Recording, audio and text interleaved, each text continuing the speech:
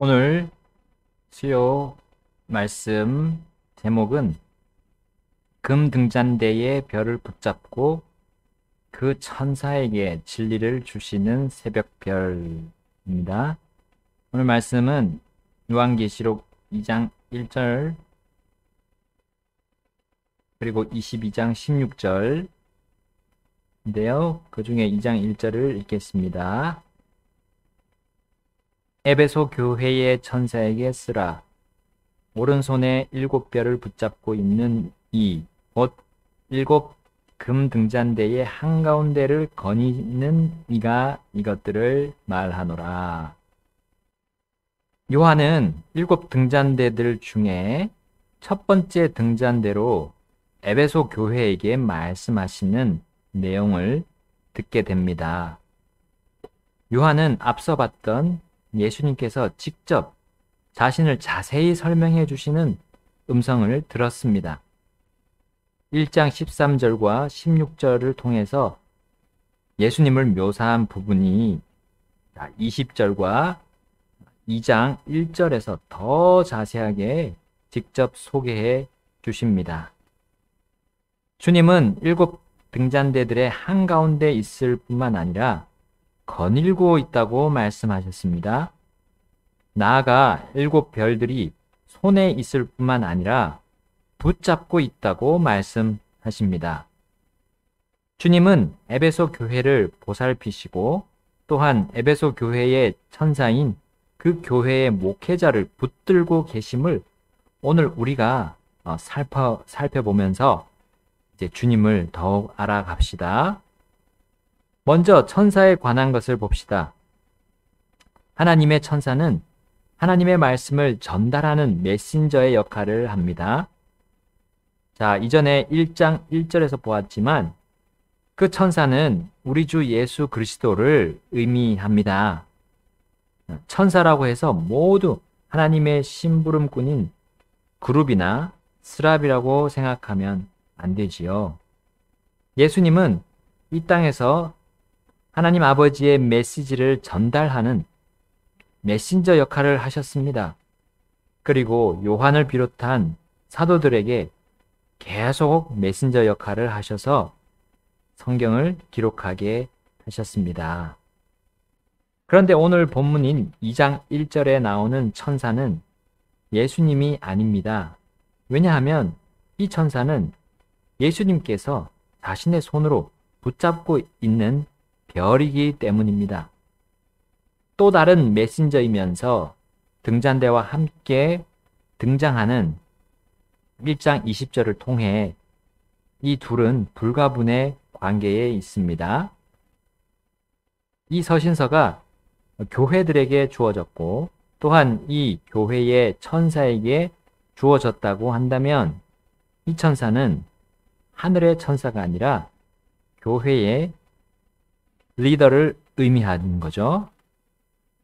부연 설명한다면 교회는 양떼이고 리더이자 메신저는 목자입니다. 예수님은 자신의 모든 교회들의 선한 목자이십니다. 요한복음 10장 11절에 나는 선한 목자니라. 선한 목자는 양들을 위해 자기 생명을 주거니와 했습니다. 또 요한복음 10장 14절에 나는 선한 목자라. 나는 선한 목자라. 내 양들을 알고 내 양들도 나를 아노라. 라고 말씀하셨죠. 또한 예수님은 자신의 모든 교회들의 큰 목자이십니다. 히브리서 13장 20절에 이제 양들의 큰 목자이신 우리 주 예수님을 영존하는 언약의 피를 통해 죽은 자들로부터 다시 이끌어내신 평강의 하나님께서 라고 말씀하고 있어요. 그래서 마지막으로 예수님은 자신의 교회들에게 임명하신 목자들의 장이신 거죠.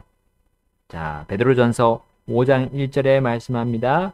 너희 가운데 있는 장로들에게 권면하노니 나 역시 장로요 그리스도의 고난의 증인이요 또한 앞으로 나타날 영광에 참여할 자니라. 너희 가운데 있는 하나님의 양떼를 먹이고 감독하되 억지로 하지 말고 자진해서 하며 더러운 이익을 위해 하지 말고 오직 준비된 마음으로 하며 하나님의 상속 백성 위에 주인처럼 군림하지 말고 오직 양떼에게 본이 되라. 그리하면 목자장께서 나타나실 때에 너희가 사라지지 아니하는 영광의 관을 받으리라. 자, 이제 다시 말하면 예수님은 자신의 교회들에 자신의 말씀을 전달하시고 그들을 자신의 모습으로 닮아가도록 돕는 하위 목자들을 세우신 겁니다. 이런 의미로 요한에게 자신을 천사라고 소개하셨고 또한 그 천사가 손으로 붙잡고 있는 별, 곧 목자를 또한 본문에서 천사로 표현하신 겁니다. 이것은 주님께서 양들인 우리 모두를 위해 생명을 주신 선한 목자의 일을 리더를 통해 계속 하고 계심을 의미합니다. 자신의 양들을 알고 계시고 지키시고 보호하시는 그분을 양들이 실제 삶에서 알도록 사람 목자 혹은 하위 목자를 통해 전달해 주심을 의미합니다. 이런 방식을 통해 교회 안에 잘못들이 있을 때 예수님은 영존하는 언약의 피로 교회가 회개하고 돌이켜 정결하도록 목자의 설교를 사용하심을 의미하는 거죠. 이와 같은 주님의 계획을 교회가 실행할 때 하위 목자인 담임 목사는 양떼에게 본이 되어야 합니다. 바로 예수님의 모습을 따르는 최전선에 있어야 합니다. 주님의 모습을 가장 먼저 보여야 할 사람이 목사입니다. 주님과 같이 이 세상을 나그네와 순례자로 사는 자로서 양떼들보다 항상 앞서 달려가야 하는 것이 목사입니다. 그러므로 요한계시록은 교회의 리더인 담임 목사를 천사 혹은 별로 표현하셨습니다. 그것들은 목자장이며 큰 목자이신 예수님을 묘사한 그리고 표현한 단어들이죠. 그러므로 하위 목자로서 담임 목사는 천사의 역할, 바로 메신저의 역할을 하는 것입니다. 아들 예수님은 하나님 아버지의 메시지를 전달하셨습니다. 결코 자신의 말을 전달하지 않으셨어요. 마찬가지입니다. 교회의 천사인 담임 목사도 예수님처럼 하나님의 말씀을 있는 그대로 전달해야 합니다. 성경이 성경을 해석하도록 자신의 지식과 지혜를 항상 내려놓아야 합니다. 사적인 해석으로 기록한 것이 아닌 이 성경을 사적으로 해석해서는 안 되지요. 과거 많은 천사, 곧 메신저들이 하나님의 말씀을 잘못 다루어 많은 이단들을 만들어냈습니다. 하나님의 말씀을 변개하는 일, 성경을 자신의 방식과 논리 안으로 끌어당겨 사용하여 많은 이들을 죽이고 속박하는 비진리를 가지고 자유를 빼앗았죠. 요한복음 8장 32절에 또 너희가 진리를 알리니 진리가 너희를 자유롭게 하리라는 우리 목자장의 말씀처럼 하위 목사가 진리만을 전달하게 되면 양떼는 자유를 만끽하게 되어 있습니다. 속박으로 들어가게 하는 개인적인 법과 규칙은 결국 교회가 영적으로 건강하지 못하게 하는 것이죠. 그리고 죄악을 저지르는 결과를 맞게 됩니다. 우리는 금주 월요일 매일의 양식에서 사울과 이스라엘이 도망치는 블레셋을 추격하여 이기고 있는 중에 있음을 보았습니다. 그런데 사울이 백성들에게 내린 자신의 지극히 개인적인 명령이 얼마나 그들을 속박했음을 보았습니다. 그리고 결국 백성들이 탈취한 소와 송아지와 양에게 그 백성들이 날아가서 피째 먹는 죄악을 저질렀죠. 나아가 자기 아들 요나단조차도 꿀을 먹는 일로 인해 사형을 집행할 수밖에 없었던 겁니다. 물론 백성들의 만류로 그의 아들 요나단은 죽지 않았는데, 그럼에도 이스라엘은 하나님의 큰 승리를 보았지만 그 승리를 제대로 맛보지 못했어요. 승리를 자유롭게 쟁취하지 못했어요. 왜냐하면 리더가 진리를 배제하고 인간의 지혜를 사용했기 때문입니다. 담임 목사뿐만 아니라 모든 성도들 역시 진리로 진실하고 순수하게 말하고 행동한다면 자유와 승리가 따라옴을 항상 기억해야 합니다. 왜냐하면 예수님은 진리이자 진리의 천사이며 진리의 메신저이시기 때문입니다. 주님이 진리의 말씀으로 교회를 세우셨습니다. 교회는 진리를 공급받고 있으며 진리를 전달할 수 있는 특권을 주님께로부터 받아서 소유하고 있습니다. 또한 진리를 전해야 할 책임도 가지고 있습니다. 두 번째로 우리 주 예수님을 계시록에서는 천사, 그 다음에 이제 새벽별이라고 표현하고 있습니다. 계시록 22장 16절 보게 되면 나 예수는 내 천사를 보내어 교회들 안에서 이것들을 너희에게 증언하게 하였노라. 나는 다윗의 뿌리요 후손이요 빛나는 새벽별이라 하시더라. 사람들은 모든 별들 중에 가장 먼저 뜨고 가장 늦게 지는 별을 소위 금성이라고 부르고 있습니다. 이 금성이 가장 늦게 질 때, 즉 한밤을 다 보낸 후 해가 뜨는 아침이 될 때까지 빛난다고 해서 The Morning Star, 아침별 혹은 새벽별이라고 부릅니다. 예수님은 죄의 어둠으로 가득한 이 세상에 빛이십니다. 그 어두운 밤을 몰아내는 빛이심을 이 별로 자신을 보여주고 계십니다. 이 새벽별이신 예수님의 손에 붙잡고 있는 별인 교회의 담임 목사 역시 그렇게 빛이 되어야 합니다. 가장 먼저 빛의 역할을 감당해야 합니다. 어둠 속에 있는 사람들에게 주님을 보여주어야 합니다. 주님의 모든 교회들의 별들이 각 교회를 잘 이끌고 지도할 수 있도록 주님은 그렇게 붙잡고 계심을 여기서 볼 수 있습니다. 그런데 예수님의 별인 금성은 또 한 가지 이름을 가지고 있어요. 해가 질 때, 즉 아직 낮임에도 뜨는 별이라는 이름을 가지고 있습니다. 바로 The Day Star, 즉 낮의 별 혹은 샛별이라는 이름이 있죠. 우리 베드로후서 1장 19절에 보면 또한 우리에게는 더 확실한 대언의 말씀이 있으니 날이 새어 샛별이 너희 마음속에 떠오를 때까지 너희가 어두운 곳에서 비치는 빛을 대하듯 이 말씀에 주의를 기울이는 것이 잘하는 것이니라 했습니다. 해가 점점 지고 이제 곧 어둠이 찾아오는 초저녁을 우리는 살고 있습니다. 이 시대가 바로 초저녁이에요. 아침부터 낮까지 하던 모든 일을 마칠 시간이 다가오고 있는 겁니다. 더 이상 일하지 않고 또한 일할 수 있는 기회도 그치는 날이 오고 있죠.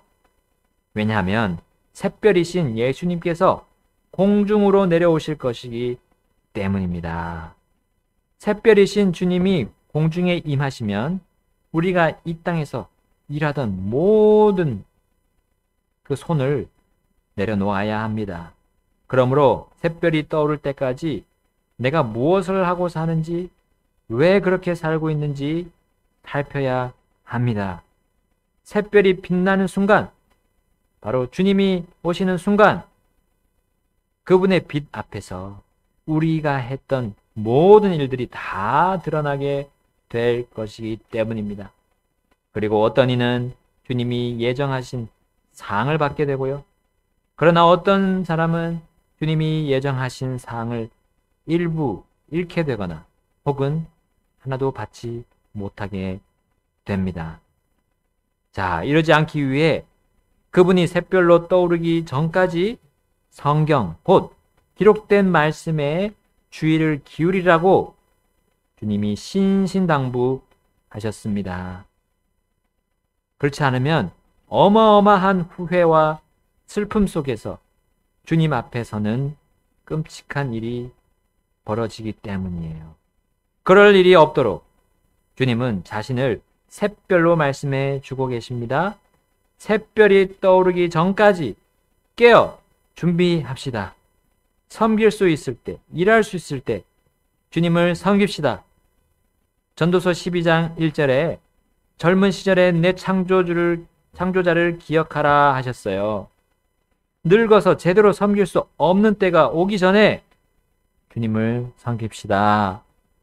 하늘의 수많은 별들 중에서 어느 것도 새벽별 또는 샛별보다 가장 먼저 빛나고 가장 나중까지 빛나는 별은 없습니다. 그것이 우리 주 예수 그리스도를 보여주는 별이기 때문이에요. 그래서 앞으로 금성이라고 하지 말고 예수님의 별이라고 합시다. 혹은 샛별, 새벽별이라고 부릅시다. 이제 해질녘 서쪽 하늘에 가장 먼저 뜨는 별을 바라보며 저건 예수님의 별이야 라고 합시다. 그리고 새벽녘 동쪽 하늘에 가장 늦게 지는 별을 보고 저것도 예수님의 별이에요 라고 가르쳐 줍시다. 주 예수님께서 교회를 세우며 또한 리더로 세우신 담임 목사가 천사라고 부르시고 또한 별이라고 부르고 계십니다. 주 예수님을 어린아이처럼 믿고 받아들여서 영원한 생명을 받은 이들은 모두 주님처럼 살아야 합니다.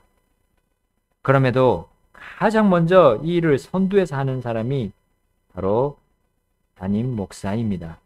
그러므로 교회는 담임 목사를 위해 기도해야 합니다. 신약 교회 리더들은 자신을 위해 기도해 달라고 요청했어요. 담임 목사가 어떻게 하느냐가 교회 전체를 좌지우지할 수도 있기 때문입니다. 그러므로 담임 목사가 여러분을 오직 진리로 인도하는지 지켜봅시다. 그가 하나님의 말씀대로 가르치는지 유심히 살핍시다. 그가 설교한 말씀이 과연 그러한가 생각해야 합니다. 무조건 의미를 생각하지도 않고 아멘 하지 맙시다. 물론 말씀을 듣기 전에 우리는 준비의 마음을 가져야 합니다. 그리고 그 말씀을 들을 때, 그리고 들은 후에도 항상 탐구하는 자세가 그의 영적인 성장을 도와줄 것입니다. 사도행전 17장 11절 보면 이들은 데살로니가에 있던 자들보다 더 고귀하여 온전히 준비된 마음으로 말씀을 받아들이고 그것들이 그러한가 하여 날마다 성경 기록들을 탐구함으로 했습니다. 자, 이들은 베레아에 있는 사람들이죠. 네. 자, 담임 목사의 삶을 볼 때 예수님의 모습이 드러나는지 우리는 잘 한번 평가해 보세요. 특별히 그를 지칭하는 단어가 주님을 지칭하는 단어와 같은 단어로 사용되었기 때문입니다. 그리고 담임 목사가 그렇게 주님의 진리에 따라 살고 주님의 모습이 드러난다고 한다면 그의 믿음을 따르면 돼요. 이것은 신랑이신 주님이 자신의 신부인 교회가 정결하고 깨끗함을 유지하는 방법 중에 가장 우선시되는 방법인 거죠. 히브리서 13장 7절에 하나님의 말씀을 너희에게 일러주고 너희를 다스리는 자들을 기억하며 그들의 행실의 결말을 깊이 살펴보고 그들의 믿음을 따르라. 우리 교회의 천사와 별이 다르게 하고 있다면 주님께서 그를 마치 다윗처럼 사용하고 계신다는 것이죠. 여러 유다의 다른 왕들처럼 사용하고 계신 겁니다. 신약의 사도들처럼 주님이 들어 사용하고 계시는 것이므로 믿고 따르면 됩니다. 베드로전서 5장 5절에 말씀합니다. 베드로전서 5장 5절 너희 젊은 사람들아 이와 같이 장로에게 복종하고 참으로 너희가 다 서로에게 복종하며 겸손으로 옷 입으라. 하나님께서 교만한 자는 물리치시고 겸손한 자에게는 은혜를 주시느니라. 이렇게 잘하고 있는 담임 목사에게 복종하는 것은 그 사람을 신뢰하는 것이 결코 아닙니다. 어떤 특정한 사람에게 자신을 맡기며 100% 의지하며 사는 것도 결코 아닙니다. 그 복종은 하나님을 신뢰하는 실제 삶입니다. 모든 염려를 하나님께 온전히 맡기는 실제 삶입니다. 즉, 겸손한 삶이죠. 지혜로운 삶임을 주님은 또한 다음 구절에서 일러주십니다. 베드로전서 5장 6절 7절입니다. 그러므로 하나님의 강한 손 밑에서 스스로 겸손하라. 그리하면 정하신 때에 그분께서 너희를 높이시리라. 너희의 모든 염려를 그분께 맡기라. 그분께서 너희를 돌보시느니라. 혹시 설교 중에 성경과 다른 점이나 잘 이해가 되지 않는 것이 있다면 언제든지 담임 목사와 면담을 요청하십시오.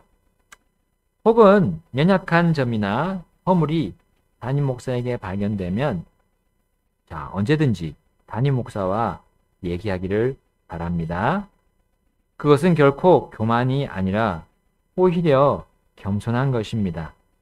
그것은 믿음이 없거나 성령 충만하지 않은 것이 아니라 오히려 믿음이 있는 자이고요. 성령 충만한 자입니다. 꿍하고 얘기하지 않으면 반드시 누군가 그 사람을 공격하게 될 겁니다. 그것은 그 자는 그를 교만으로 이끌 거예요. 왜냐하면 그 존재는, 그렇게 공격하는 존재는 사람이 아니라 영적인 존재이기 때문입니다. 베드로전서 5장 8절과 9절입니다. 정신을 차리라, 깨어 있으라. 너희 내정 마귀가 울부짖는 사자같이 두루 다니며 삼킬 자를 찾나니 믿음에 굳게 서서 그를 대적하라. 세상에 있는 너희 형제들도 동일한 고난을 겪는 줄 너희가 아느니라. 사탄은 교회 내에서 이렇게 돌아다니며 성도들의 마음을 어지럽히려고 합니다. 그리고 그런 일이 실제 일어나고 있습니다. 반면에 우리 주 예수님 역시 교회 안에서 자신의 천사 혹은 별이라고 부르는 그와 함께 거닐고 계십니다. 가만히 있지 않으시죠? 자신의 교회가 바르고 건강하게 성장하도록 자신의 메신저에게 꼴을 먹여 주십니다. 담임 목사가 자신의 빛을 비추도록 그리고 자신의 본보기를 보이도록 매 순간 그에게 촉구하고 계십니다.